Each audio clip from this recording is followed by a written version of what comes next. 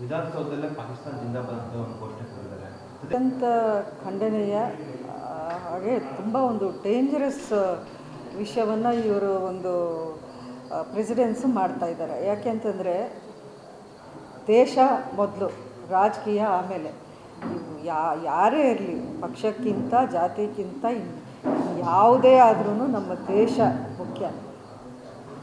ಅಂಥದ್ರಲ್ಲಿ ನೀವು ಒಬ್ಬರು ಬಂದಲ್ಲಿ ವಿಧಾನಸೌಧದಲ್ಲಿ, ಅಂದರೆ ಒಂದು ನಮ್ಮ ಪ್ರಜಾಪ್ರಭುತ್ವದ ಒಂದು ದೇವಾಲಯ ಅಂತಲೇ ನಾವು ಹೇಳೋಕ್ಕೆ ಇಷ್ಟಪಡ್ತೀವಿ.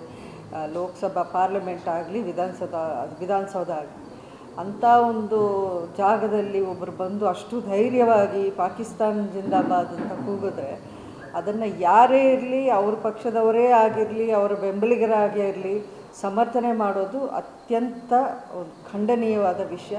ಇದನ್ನು ಯಾರೂ ಮಾಡಬಾರ್ದು. ಸರ್ಕಾರ ಕೂಡಲೇ ಅವ್ರನ್ನ ಅರೆಸ್ಟ್ ಮಾಡಿಸ್ಬೇಕು, ತನಿಖೆ ಮಾಡಬೇಕು.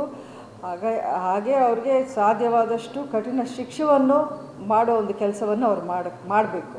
ಅದನ್ನು ಬಿಟ್ಟು ಸಮರ್ಥನೆ ಮಾಡೋದಂತ ಇದೆ, ಯಾರೂ ಒಪ್ಕೊಳ್ಳೋಕ್ಕಾಗಲ್ಲ ಇದನ್ನು.